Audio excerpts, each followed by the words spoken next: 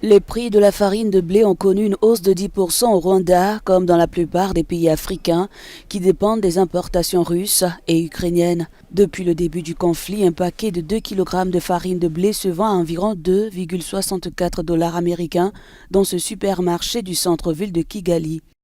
Selon l'économiste Teddy Kaberuka, la raison de cette augmentation n'est autre que ce conflit. La guerre en Ukraine a causé un grand choc sur le marché international pour différentes matières premières. Nous l'avons vu au cours des 5 dernières semaines où les prix ont augmenté de façon très progressive.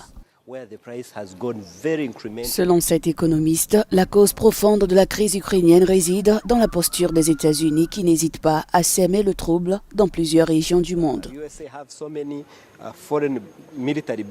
Ce n'est pas un secret, les États-Unis ont tellement de bases militaires à l'étranger, ils en ont tellement en Afrique, en Asie et en Europe. Ils étendent donc leur puissance trop près de la Russie. Cela leur donne la possibilité de se rapprocher de leur ennemi politique. Et je ne pense pas que la Russie se sentira en sécurité si des concurrents sont à ses portes. La situation idéale serait d'amener les pays en conflit à la table des négociations, de discuter et de trouver un compromis,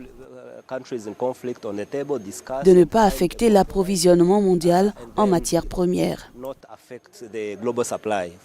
En 2020, le Rwanda a dépensé plus de 44 millions de dollars pour importer plus de 177 000 tonnes de blé contre 159 000 en 2019.